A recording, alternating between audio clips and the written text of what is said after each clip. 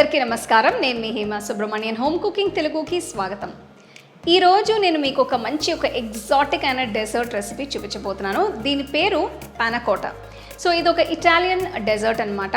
దీనికి కావాల్సిన ఇంగ్రీడియంట్స్ కానీ అవన్నీ మీకు సూపర్ మార్కెట్స్లో కానీ షాప్స్లో ఈజీగా దొరుకుతుంది. సో రండి ఈ స్పెషల్ డెజర్ట్ ఎలా చేయాలో ఇప్పుడు మనం చూద్దాం. ఈ రెసిపీ చేయడానికి ముందుగా జెలటిన్ క్రిస్టల్స్ని కరిగించాలి. ఒక చిన్న బౌల్లో 1 టేబుల్ స్పూన్ అంత జెలటిన్ క్రిస్టల్స్ని వేసి అందులో 1/2 కప్ నీళ్లు పోసి నెమ్మదిగా మొత్తం కలపాలి.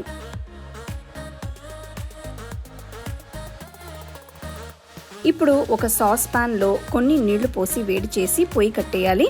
ఈ వేడి నీళ్లలో జెలటిన్ ఉన్న బౌల్ని పెట్టి క్రిస్టల్స్ని పూర్తిగా కరిగించాలి. జెలటిన్ని ఎప్పుడు కూడా డైరెక్ట్గా వేడి చేయకూడదు. ఈ రకంగా కొంచెం వేడి మీద జాగ్రత్తగా కరిగిస్తే జెలటిన్ ఎఫెక్ట్ దీనిలో వాడినా కూడా కరెక్ట్గా ఉంటుంది. చూస్తున్నారు కదా, క్రిస్టల్స్ పూర్తిగా కరిగి జెలటిన్ చక్కగా తయారైంది. దీన్ని బయటకు తీసి పక్కన పెట్టుకోవచ్చు. నెక్స్ట్ ఒక సాస్ ప్యాన్లో 200 ml చల్లటి పాలు, 200 ml ఫ్రెష్ క్రీమ్ వేస్తున్నాను.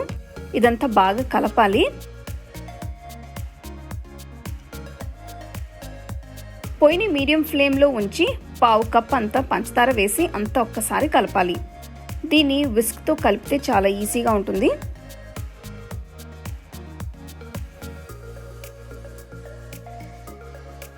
నెక్స్ట్ నేను 1/2 టీ స్పూన్ వెనిలా ఎసెన్స్ వేస్తున్నాను.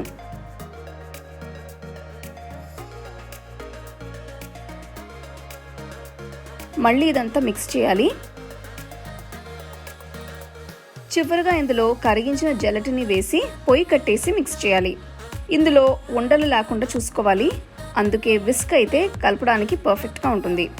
మీరు కావాలంటే రామికిన్స్ లేదా చిన్న గ్లాసులు లేదంటే ఇలా చిన్న కప్స్ని సర్వింగ్ కోసం యూస్ చేసుకోవచ్చు. పానా కోటా మిశ్రమాన్ని నేను ఈ బౌల్స్లో జాగ్రత్తగా వేస్తున్నాను. వీటిని ఒక క్లింగ్ ర్యాప్ అంటే ఒక ప్లాస్టిక్ ర్యాప్తో కవర్ చేసి ఫ్రిడ్జ్లో పెట్టాలి. గుర్తుపెట్టుకోండి, వీటిని అసలు ఫ్రీజర్లో పెట్టకూడదు. ఇది పూర్తిగా సెట్ అయ్యేంత వరకు ఫ్రిడ్జ్లోనే ఉంచాలి. చూస్తున్నారు కదా, పానా కోటా చాలా చక్కగా సెట్ అయింది. దీన్ని మీరు 2 రకాలుగా సర్వ్ చేసుకోవచ్చు. పానా కోటా పైన బ్లూబెర్రీ కాంపోట్ అరేంజ్ చేసి డైరెక్ట్గా ఇలా కప్లోనే సర్వ్ చేసుకోవచ్చు. లేదంటే ఏదైనా ప్లేట్లోకి మార్చి సర్వ్ చేసుకోవచ్చు. ప్లేట్లోకి మార్చే ముందు ఈ బౌల్ని కొద్దిగా వేడి నీళ్ళలో ఉంచితే పానా కోటా ఈజీగా బయటకు వస్తుంది.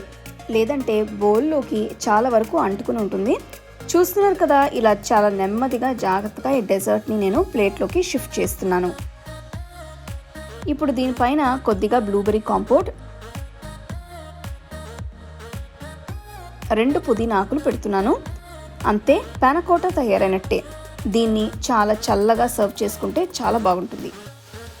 వావ్, ఆ పానా కోటా చూస్తానికి ఎంత సాఫ్ట్గా క్రీమీగా ఉందో కదా. అయితే నేను దీన్ని బ్లూబెర్రీ కాంపోట్తో సర్వ్ చేశాను. మీరు కావాలంటే స్ట్రాబెర్రీ కాంపోట్తో కానీ చాక్లెట్ సాస్తో కానీ కూడా సర్వ్ చేసుకోవచ్చు. దీంట్లో ముఖ్యమైన విషయం ఏంటంటే ఇది బాగా సెట్ అవ్వాలి. సో దానికి కొంచెం టైం పడుతుంది. తప్పకుండా అది సెట్ చేసి మీరు సర్వ్ చేస్తే చాలా టేస్టీగా ఉంటుంది. అలాగే ఇది మీరు స్పెషల్ ఒకేషన్స్కి మీ ఫ్యామిలీ మెంబర్స్కి చేసి మీరు ఇచ్చేయండి. అందరూ బాగా ఎంజాయ్ చేస్తుంటారు. సో తప్పకుండా ఈ పానా కోటా రెసిపీని మీరు ట్రై చేసి మీ ఫ్యామిలీ ఫ్రెండ్స్తో షేర్ చేసుకోండి.